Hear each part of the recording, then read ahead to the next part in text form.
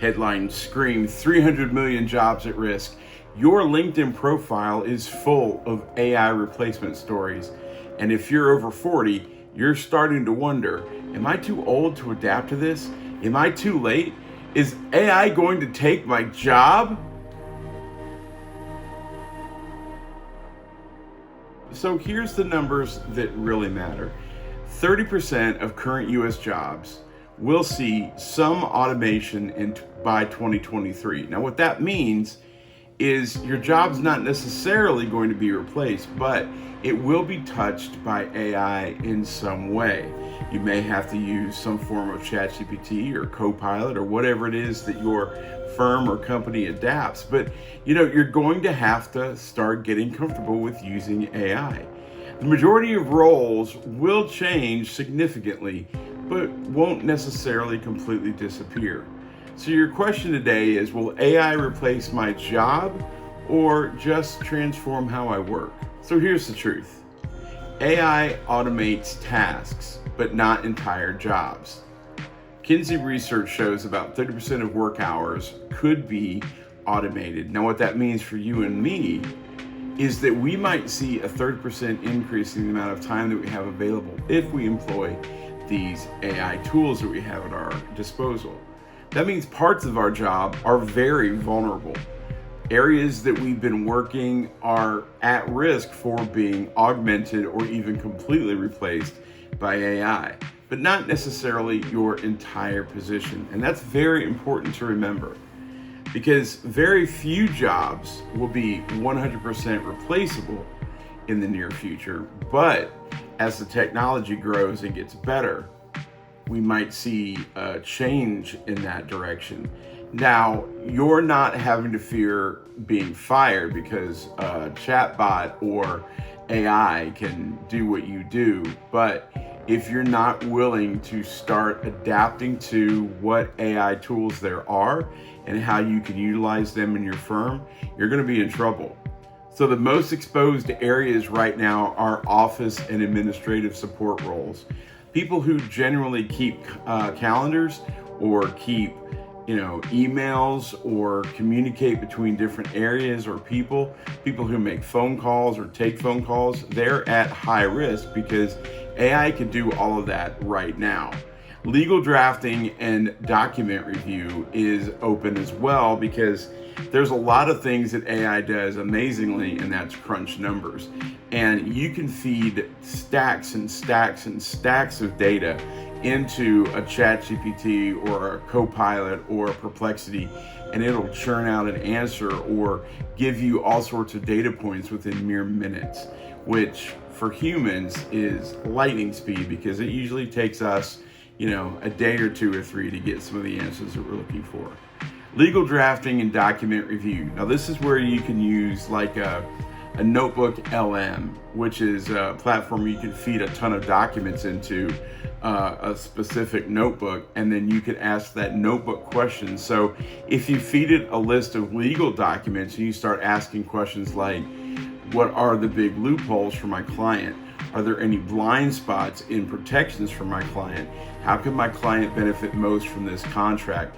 You're going to be able to get those answers a lot faster, and because you've taken the human element out of it, you're probably not going to see as much errors, which cuts down on those billing hours. So it's not great for the firm, it's great for the clients.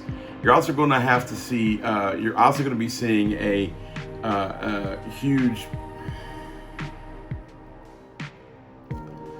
Another great area of vulnerability is business and financial operations, because AIs can crunch numbers so fast and deal with some of those issues. It's a lot easier to dump data into, Perplexity and ask for it to filter it and create those presentations or find data points that are most important to you or your customers. Also, customer service and data analysis, data entry, those fields are very vulnerable because customer service can be automated. Chatbots exist. Phone bots exist. People can call now and have a complete conversation with an AI bot. It'll make an appointment. It'll send reminders, and all those things that a human would do, a chatbot can do for you at this very second. So vulnerability exists for customer service and data entry.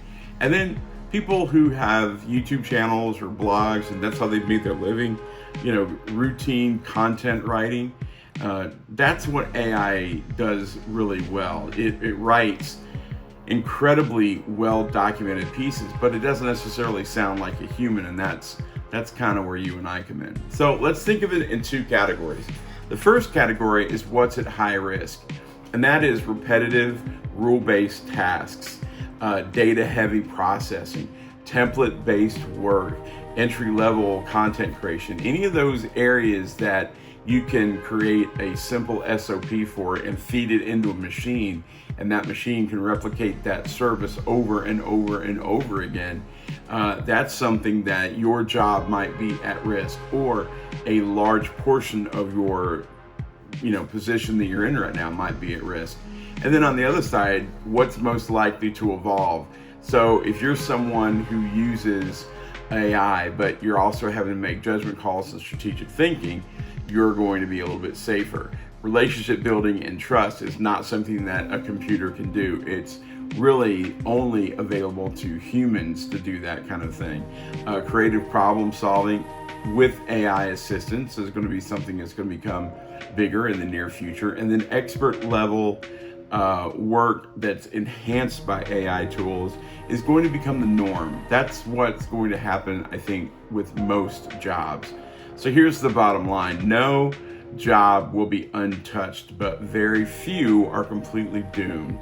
So as somebody who's in their 40s or like me in your 50s, this tech wave feels a little different. Previous automation targeted factories and manual labor. Then we had the computer revolution, where we were incorporating computers into our, not only our businesses, but then we could bring them into our homes. And then now we have generative AI, which is coming for white collar work, the writing, the reporting, the coding, the design, the, mid-career professionals that have had their careers built on some of these things. AI is starting to gun for their positions, and that's not really a bad thing. It could be a really good thing if you can leverage the tools early. So the emotional reality, you may be asking yourself, am I too old to learn this? Or younger workers are naturally fluent in these tools, which I don't necessarily think is completely accurate. I spent 20 years building expertise and it's suddenly worthless. That's absolutely not true. And do I need to become a programmer overnight? The answer to that question is categorically no. All of those fear-based questions are straw men. They're fallacies. They're not real. Because when you start taking the human element out of what AI can do, it really downgrades how awesome AI really is. Yeah, you can create a website in 2 minutes, but does it really feel like the company, or does it really feel like a human had their hand in it? That's where we really do have the leg up on it. So what's really happening is, some companies have replaced workers with ChatGPT or other AI tools, but this remains a minority of firms. Not everybody is, firing their workforce just so they can replace them with robots, because somebody has to program the robots. And when I say program, I mean like tell the robots what to do, like prompting, not coding. The reality is the bigger risk isn't replacement, it's being left behind while others in your field adapt. As people start learning and getting comfortable with ChatGPT, what's going to happen more and more is people who are refusing, or they're too slow to adapt to the changing of the guard, so to speak, with ChatGPT or Copilot or whatever AI tool you're using. Those people are going to be left behind because they're going to become the dinosaurs, like the people who would not accept computers. They didn't want to have a laptop. They didn't see any reason why a laptop would need to come home or have a desktop on their desk. They only wanted to do things analog. And while I still love a lot of the analog stuff, a computer can do so many things faster. And ChatGPT, Perplexity, Claude can do things so much better as long as I'm, assisting it and checking it and making sure that it sounds and looks like how I want it to. I'm okay. I can save time and go on to bigger and better things. So what I want you to hear is this: your expertise is never going to be obsolete. Your judgment, your relationships, your ability to build relationships, your deep knowledge that you have in whatever field that you're in is more valuable than ever. Because no matter how hard people try to replace, humans in a workforce with automated tools, they just can't do it because they just don't have the human element. But what you need to do is you need to pair all of the skill set that you have with ChatGPT or with whatever AI tool that you are wanting to learn or that your company is asking that you get comfortable with. That's the most important thing that you need to hear. So here's where humans really still have the edge. And what I'm about to say is probably contrary to what you've been hearing. There are some things that AI is genuinely bad at. There's a lot of things that ChatGPT is known for. It will just fantasize facts and figures. It'll just miraculously create these facts that never really happened. Or you might be dealing with, different issues that come up when you're using a Perplexity or a Claude or a Copilot. There's a lot of things that AI needs some help with, and that's where we come in. Like, AI really sucks at understanding context and reading between the lines. It just can't do it. It takes a human mind to be able to do that. Navigating complex ethical dilemmas, building deep trust with clients and colleagues, drawing on lived experiences and intuition, handling messy, unpredictable, and social dynamics. When you factor all those together, the reality becomes clear. AI can't think like a human yet. AI can't think like a human or react like a human. It can mimic to a point, but there's always going to be that human in the loop factor. AI is not going to take your job, but someone who uses AI better than you just might. So that actually means that every job is going to be affected. That's not really the question here. Some roles will shrink, some might even disappear, but those who pair their expertise with AI will gain some massive, massive leverage. So when you're thinking about the future, the new job description is you're shifting from doing everything yourself to being that human in the loop, that human that is guiding and correcting and encouraging the AI to do what you need it to fulfill the request that you're trying to accomplish. It's the person who directs those powerful tools. One way to think of it is like you are the conductor of a fine orchestra. Now, you're not going to play all the tools, you're not going to play all the instruments, you're not going to run around and play the flutes and the tubas and play the drums. But what you're going to do is you're going to raise your baton and you're going to direct all those musicians with all those instruments that they've been practicing on for decades. And you're going to create something massive, but you're the one who's making it all happen through your strategic decision-making process. And that's where humans have the ultimate edge over AI. So I don't want to be all doom and gloom. I want to give you some real, actual, practical steps that you can use to help, take the next steps or get a little bit more comfortable with AI. So I want you to do these 3 things this week. Not someday, not, next week. I want you to do them this week, okay? So the first thing I want you to do is I want you to audit your tasks. This shouldn't take more than 10 or 15 minutes, really. It should take less than that. But I want you to list the top 10 things that you actually are doing.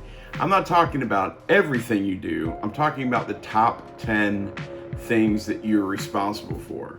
Now, when I think of the top 10 things I'm responsible for, I have, emails that go out, Monday, Wednesday, Friday. I have posts that go out on my AIover40.net community that go out every day.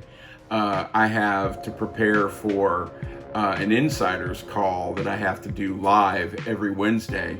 I have certain things that I do, like, coming up with the script for these videos. I have a lot of things I have to do, but there's really less than 10 that I'm responsible for each and every week. And AI helps me with those. So when you list out your top 10 things, make them top 10, but have in the back of your mind, what is something that you can put on this list that maybe AI can assist you with. So it's not going to be able to go to a business client call. AI is not going to do that. So be thinking about tasks, not super important job requirements. And then the next thing is, I want you to mark them in one of three ways. I want you to mark each item as either repetitive or document heavy or data heavy. Repetitive is something that you do over and over and over again, something that you could set up an easy SOP for and have somebody go do it.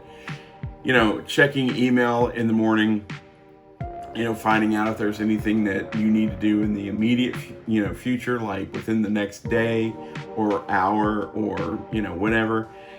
Maybe something that's very document heavy. Maybe you have to go over a client proposal. You need to find certain things within that proposal that you need to work on. Or maybe it's data heavy. Maybe you have a few spreadsheets that someone's given you that you need to really process through and find the data points to make a sheet or a presentation that will explain something better. So go back through those 10 things. And they might not all be repetitive, document heavy, or data heavy, but some of them are going to be. Those marked items are all prime AI targets and your biggest opportunities for growth and time saving. So this is important. Once you do this, you're going to be able to see where you're vulnerable and where you can quickly gain leverage by automating pieces of your workflow. And the thing is this, is once you start going through and really just brutally going through and finding these areas where all you have to do is figure out what the task is, and then just jump into one of these AI tools and say, look, I have this.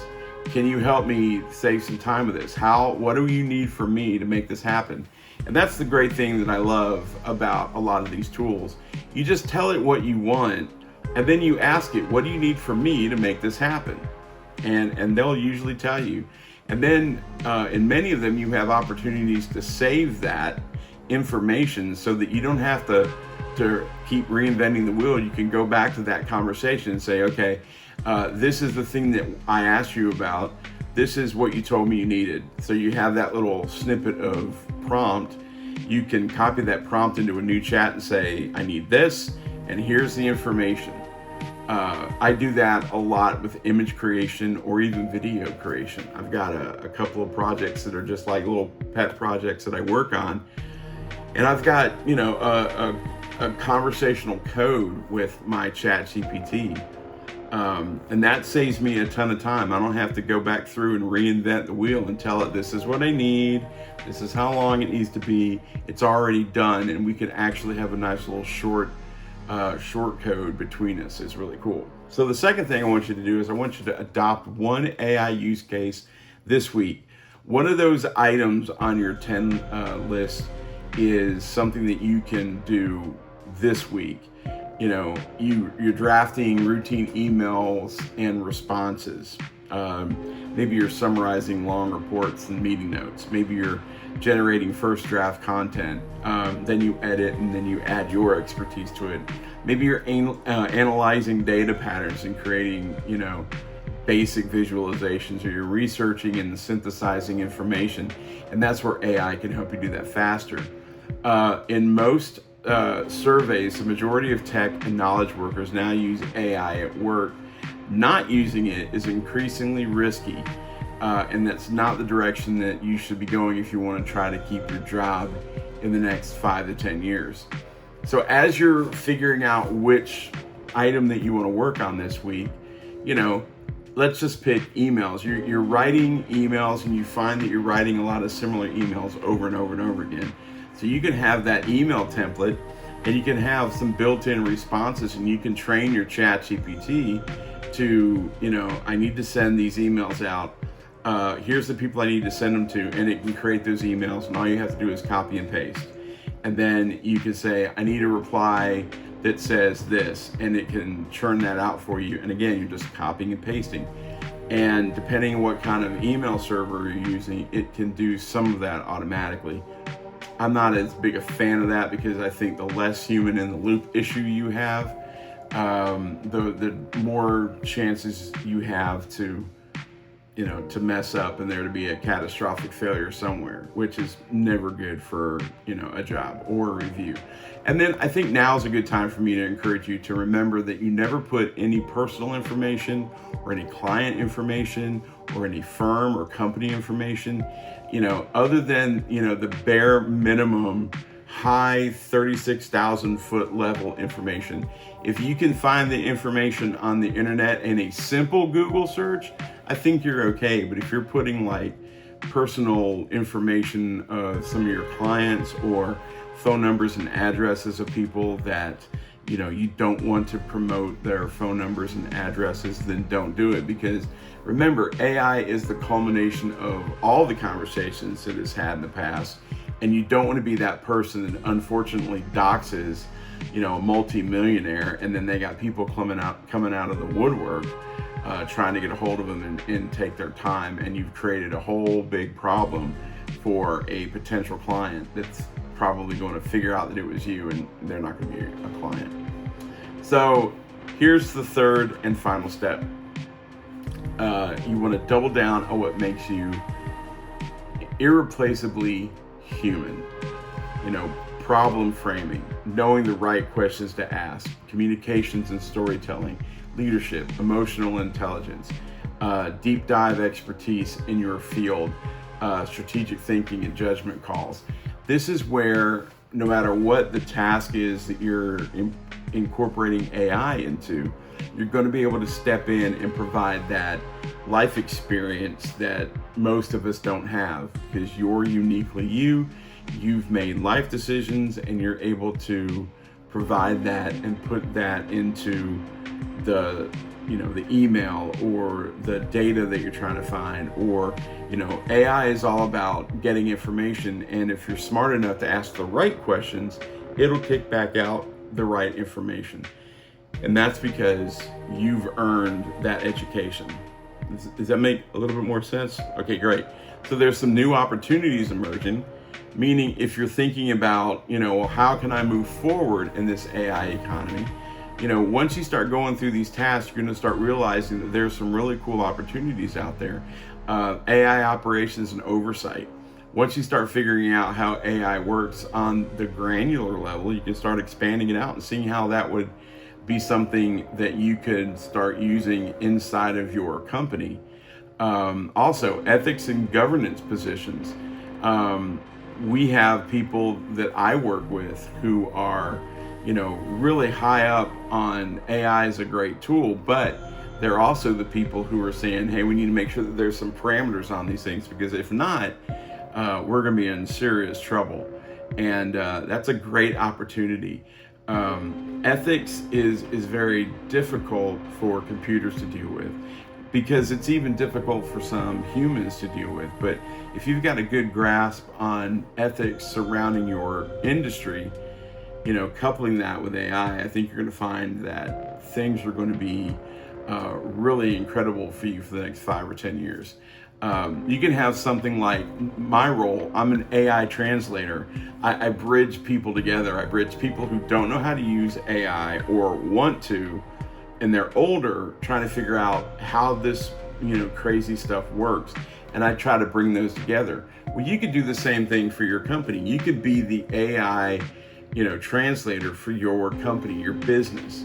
You could be the person who, hey guys, let me show you what I learned this week, and you can show someone a simple tool and they can start using it. And then as long as you're staying like one step ahead of everybody, you're always going to be that go-to voice for what's going on in the AI world.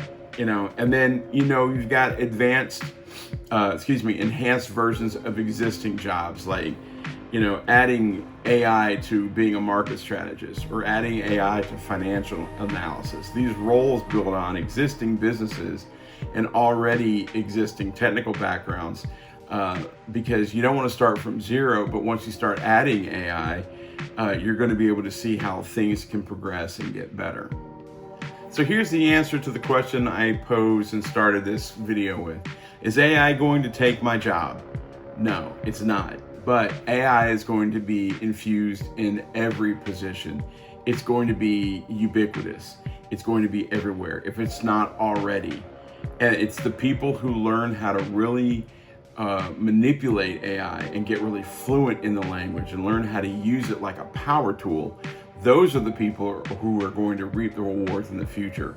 Those are the people who are going to be the last people to be replaced and the first people that get promoted. Because now is the time to start learning. Not yesterday, now. You have to start now and start doing small tasks over and over and get really comfortable with it. So you can go back into the 3-step workflow that we talked about. Make sure that you're picking something and working on it this week, and then pick another one and work on it next week, so that you start getting those skill sets and your comfortability with it, and you're getting much more fluent with being inside the AI world. Because the one thing I want you to remember is the goal is not to become an AI expert. The goal is to stay the expert you are, but just a little bit more powerful with AI.